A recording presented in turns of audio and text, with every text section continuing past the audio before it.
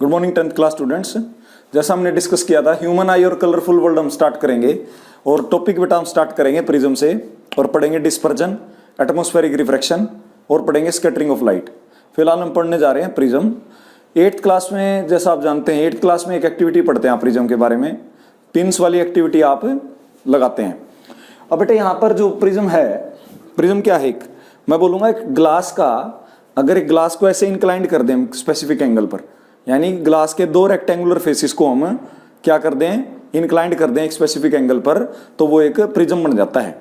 सामने से अगर देखेंगे तो ट्रायंगुलर शेप का होगा। तो how does prism look like, please ध्यान दें। Suppose this is a prism and this is the face which is opposite to us. हमें सामने से दिख रहा है ABC। तो बेटा एक प्रिज्म को आप इमेजिन करें, आपने देखा भी होगा लैब में, टीचर ने जब आपको विजिट करवाया होगा लैब को, एक प्रिज्म के पास कितने रेक्टेंगुलर फेसिस होते हैं।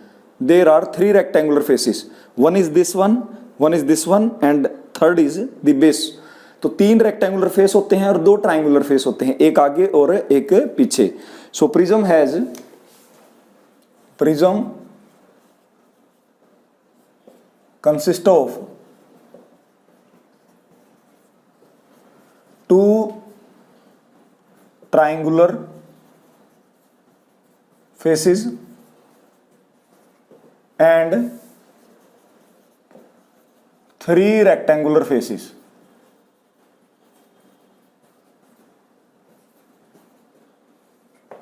दो ट्रायंगुलर फेसिस कौन कौन से हैं स्टूडेंट्स? एक तो ये सामने वाला है और एक इसके जो जस्ट बिहाइंड होगा वो हो गए ट्रायंगुलर फेसिस। और 3 रेक्टेंगुलर फेसिस कौन कौन से हैं? This one is rectangular face AC, और 3D में सोचिए आप इसको, अगर मैं इसको यूं निकाल लूं बाहर, स्क्रीन से ऐसे बाहर निकाल लूं, तो एक रेक्टेंगुलर फेस यहाँ आएगा, एक रेक्टेंगुलर फेस यहाँ आएगा और एक रेक्टेंगुलर फेस इसका बेस होगा। तो there are 3 rectangular faces. Out of these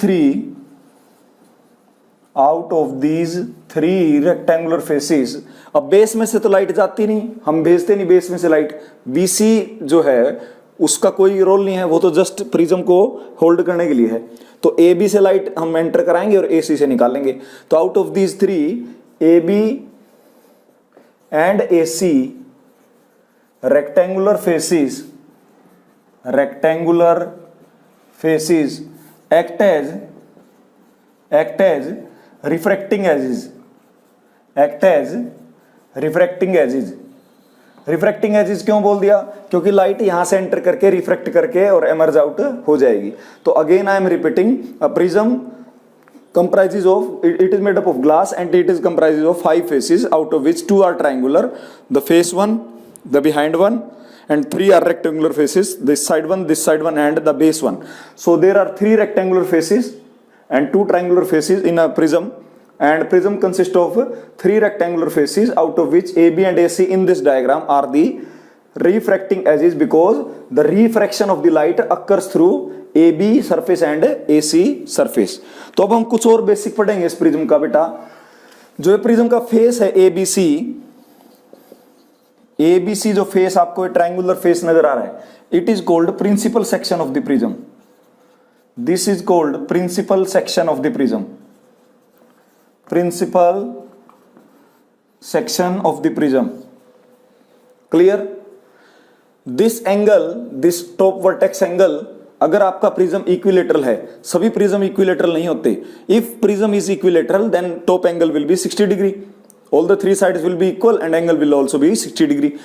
तो बच्चों ये वाला एंगल आपका कहलाता है angle of prism. This top angle is called angle of prism. This top angle is called angle of prism, इसको एंगल ऑफ प्रिज्म कहते हैं। तो this top angle is called angle of prism, this face is called principal section of the prism, and जो prism है आपका वो 2 triangular faces से बना है। Again I am repeating, 3 rectangular faces हैं और इन 3 में से 2 AB and AC are the rectangular faces which act as the refracting edges. So this is the basic introduction of a prism. Now we will study refraction through the prism. देखिए अब ध्यान से, अब हम पढ़ेंगे refraction through prism.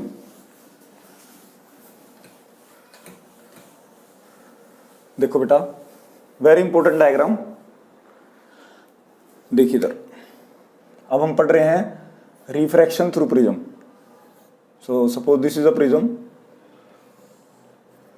I am taking a equilateral prism. So these sides are supposed to be equal. AB, AC and BC all are equal. And this is an incident ray which is coming at some angle to the prism. तो मान लीजिए ये कोई रे है KL और ये prism पे आ रही है. KL is the incident ray. Normal कहाँ ड्रॉ होगा बच्चों? नॉर्मल आप गेस करिए, नॉर्मल कहाँ पर ड्रॉ होगा? नॉर्मल ड्रॉ होगा सरफेस के perpendicular. So A B surface के परपेंडिकुलर अगर हम नॉर्मल ड्रॉ करेंगे, this is the normal. So N1 is the normal and this angle is angle of incidence. This angle is angle of incidence. और बच्चों हम KL incident रे को कुछ ऐसे एंगल पे लाएंगे कि it refract toward the normal, bend toward the normal and comes parallel to the base. So it goes parallel to the base and this angle is called angle of refraction, R1. This angle is called angle of refraction. Again दोबारा से, अब यहां पर क्या थी बच्चों? Air थी. Prism किसका बना हुआ है? ग्लास का. तो चेंज इन मीडियम हुआ था बच्चों. एयर से ग्लास में रेज आ रही थी तो बेंड, इसको जाना था सीधा पर it bend towards the normal. तो अगर प्रिज्म ना होता तो ये रे सीधी जाती है ऐसे. What is this? What is this?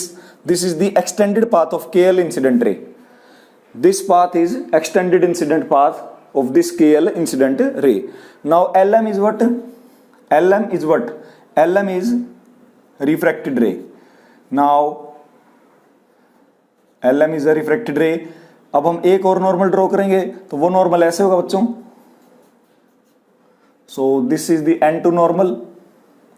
अब बेटा कहां से कहां जा रही है light? Glass to again air. Again medium is changing, but पहले जा रही थी रेयर टू डेंसर, अब जाएगी denser to rare. So bend away from the normal. So it comes out like this. It bends away from the normal and this angle is called angle of emergence, angle E. This angle is called angle of emergence, angle E. और इस angle को आप कुछ भी नाम दे सकते हैं यहां पे, I2, R2. I am giving the name angle R2. Clear? And this is what? The extended incident ray. So in this diagram there are three rays. KL, that is the incident ray. LM, that is the refracted ray. And MN, that is the emergent ray. Clear students? तीन रे हैं. KL is the incident ray, LM is the refracted ray and MN is the emergent ray. And this is the diagram on the board. This angle is angle of prism. अभी बताया था मैंने आपको. Angle A is what? Angle of prism. Angle of prism. Angle E is what? Angle of emergence. Angle of emergence. Clear? And there is a relation between this angle and deviation angle. अब deviation angle कहाँ है बच्चों?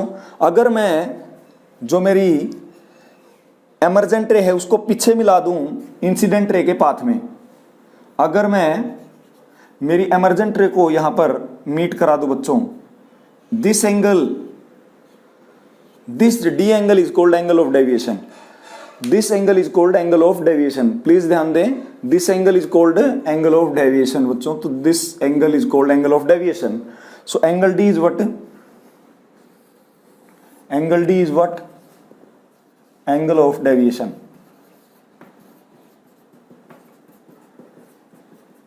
Angle of deviation कहलाता है angle D. How you can define angle of deviation? आ सकता है paper में. Angle of deviation definition लिखिए. The angle which is formed by emergent ray and extended incident ray, that angle is called emergent angle. The angle which is formed by emergent ray and extended incident ray is called angle of deviation. Paper में ये जो diagram है construct करना भी आता है। Draw the diagram showing refraction through a prism. जो मैंने मेंशन किया है आपको, दोनों normals, extended incident ray, emergent ray, refracted ray, incident ray with all the angle specified, angle A, angle D, angle E, angle I, angle R1, angle R2। ये diagram बनाना आता है paper में कई बारी। और एक रिलेशन मैं आपको बताने जा रहा हूं। वो रिलेशन बच्चों क्या है? रिलेशन ये है कि ये चारों एंगल, एंगल ए, डी, ई और आई आपस में रिलेट करते हैं इस फार्मूला से। Angle A plus angle D is equal to angle I plus angle E. ये इनके बीच की रिलेशन होती है। Angle of prism plus angle of deviation is always equal to angle of incidence plus angle of emergence. Clear है? और last में अब आपको बताऊंगा, फिर हम टॉपिक चेंज कर देंगे। लास्ट है ये रे इस तरह ही क्यों गई। तो बच्चों पहले जो रे आई थी वो एंगल आई पे आई थी। सपोज मान लीजिए एंगल आई 30 या कोई 45 या 60 डिग्री है, कुछ भी हम ले सकते हैं एंगल। फिर रे प्रिज्म के बेस के पैरेलल चली गई। इधर ही क्यों मुड़ी रे, सीधी क्यों नहीं गई? बिकॉज बेटा एयर टू ग्लास जा रही है। Air is a rare medium, glass is a denser medium. तो ray is bending towards the normal. This is the normal जिसके वो टुवर्ड्स से मुड़ गई। फिर रे जो है गई ग्लास टू एयर, ग्लास है डेंसर, एयर है रेयर। तो डेंसर टू रेयर जाएगी तो bend away from the normal. So angle is there with the normal N2 and this extended path is for KL ray। so KL incident ray का जो extended path है और MN emergent रे का backward जो path है, अगर उनको मिला दें हम, ये जो एंगल बनता है, look at this angle is called the angle of deviation in physics in case of prism। now we will discuss dispersion of light। बेटा इन फिजिक्स से व्हाइट लाइट को हम कंसीडर करते हैं as a polychromatic light. Polychromatic light का मतलब समझिए बेटा एक बारी आप। व्हाइट लाइट स्पेशली जो सनलाइट है, जैसे सनलाइट हमारी सनलाइट है, उसको फिजिक्स में बोला गया भाई ये व्हाइट लाइट है, व्हाइट लाइट है। और व्हाइट लाइट का नेचर है बच्चों पॉलीक्रोमेटिक। पॉलीक्रोमेटिक अब फिजिसिस्ट ने नाम दिया पॉलीक्रोमेटिक। अब पॉली मीन्स मैनी, बहुत सारे। पॉली मीन्स मैनी, बहुत सारे। और बेटा क्रोमेटिक जो ग्रीक वर्ड है, इस chroma means colours. Chroma means colours. So इसका मतलब ये हुआ व्हाइट लाइट में बहुत सारे कलर हैं। व्हाइट लाइट में बहुत सारे कलर हैं। वो कलर आपने देखे होंगे जब सनलाइट किसी आपकी सीडी जो डिस्क होती है उस पर लाइट गिरती है तो कलर दिखते हैं। उसके पीछे डिस्पर्जन नहीं है, कुछ और है। पर मैं बात कर रहा हूं सिर्फ एक प्रिज्म से पास करने के बाद भी लाइट के 7 कलर दिखते हैं। तो बेटा व्हाइट लाइट के जो हैं बहुत सारे कलर हैं। वे कलर कौन से हैं? प्रिज्म से पास करने के बाद वो कलर हैं बच्चों V, I, B, G, Y, O, R। और बेटा ये समझाने आपके लिए मुझे मेरे लेवल पर आसान है, because your sectioning is such that from the I think 3rd class in our own school, Indus Public School, on the basis of these colors. So these colors are easy to remember for you. So V means violet,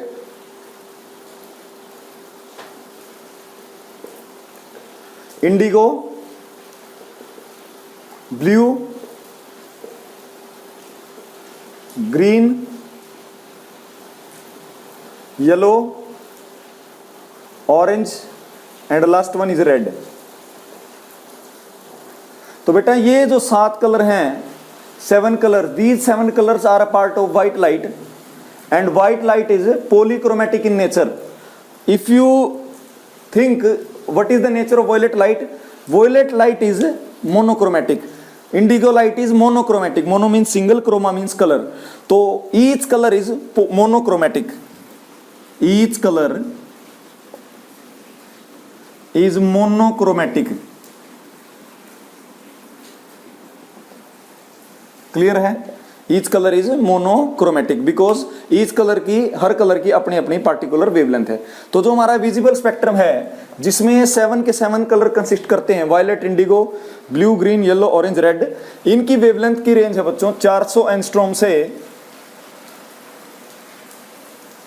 4000 angstrom से 7000 angstrom तक।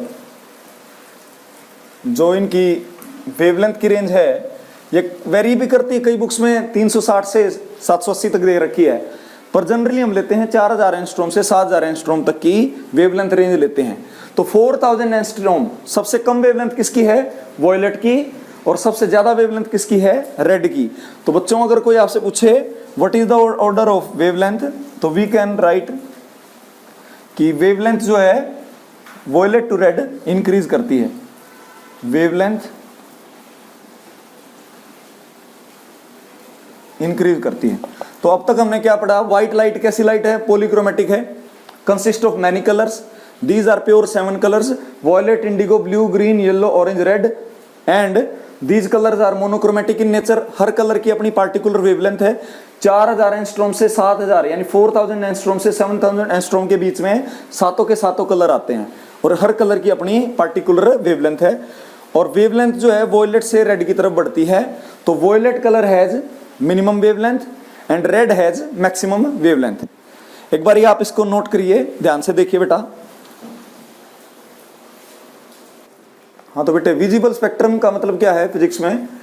देखिए इधर जो prism होता है आपका, जो prism होता है, व्हाइट लाइट जब इसमें से पास करती है तो 7 कलर में स्प्लिट हो जाती है।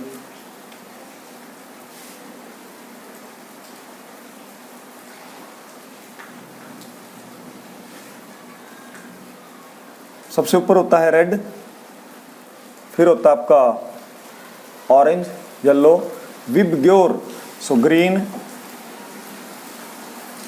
ब्लू, बच्चों indigo, and last one is your violet. So this is the order for the 7 colours VIBGYOR। तो बेटा इसको कहते हैं विजिबल स्पेक्ट्रम। इसको क्या कहते हैं? Visible spectrum. Visible spectrum of 7 colours. 7 colours. ये 7 कलर किसके कॉन्स्टिट्यूएंट हैं? व्हाइट लाइट के। Constituent of white light. Constituent of white light. White light कैसी है नेचर में? पॉलीक्रोमेटिक है, मोनोक्रोमेटिक? व्हाइट लाइट है पॉलीक्रोमेटिक। तो अच्छे से नोट्स बनाएं इसके। व्हाइट लाइट कैसी है? व्हाइट लाइट है पॉलीक्रोमेटिक। 7 कलर्स कौन है? ये रहे VIBGYOR। ये ऑर्डर होता है। प्रिज्म से ऊपर रेड आएगा बेटा, उल्टा होता है ऑर्डर। रेड ऊपर होता है, वॉयलेट बॉटम में होता है। अच्छा लास्ट में जो आपको बता रहा हूं वो है VIBGYOR। वेवलेंथ का ऑर्डर क्या रहता है? वेवलेंथ का सिंबल है लैम्डा। लैम्डा यहाँ पे बढ़ती है। तो अगर कोई स्टूडेंट कहे sir which colour has maximum wavelength, answer is red. Which colour has minimum wavelength, answer is violet. कई बार ऐसा भी आ जाता है ब्लू और ग्रीन का आपको कंपैरिजन करना है, which colour has maximum wavelength, तो clearly green has maximum wavelength. Clear? If you ask me what is the order of frequency, बेटा आपको 9th में सिखाया जाता है wavelength and frequency are inversely proportional to each other. So frequency decreases in this order. Which color has maximum frequency? Violet has minimum wavelength but maximum frequency. Red has maximum wavelength, lambda is for wavelength, and minimum frequency. Red color की maximum wavelength होती है और frequency सबसे कम होती है। और last बात है बेटा इस इन कलर्स के बारे में, सातों के सातों कलर व्हाइट लाइट का पार्ट है। व्हाइट लाइट पॉलीक्रोमेटिक है। और जो ये फिनोमिना आप देख रहे हो, सनलाइट को प्रिज्म से पास करने के बाद 7 कलर आए, सबसे पहले यह फिनोमिना ऑब्जर्व किया था सर आइजैक न्यूटन ने। न्यूटन ने ऑब्जर्व किया था पहली बार वर्ल्ड में कि भाई व्हाइट लाइट के 7 कंपोनेंट होते हैं, 7 कंपोनेंट होते हैं, VIBGYOR। तो बेटा अगला जो हमारा लेक्चर होगा वो इसी के ऊपर होगा, डिस्पर्जन के ऊपर। आई होप कि आज का लेक्चर आपको क्लियरली समझ में आया होगा। पढ़ते रहिए, स्वस्थ रहिए। Thank you very much.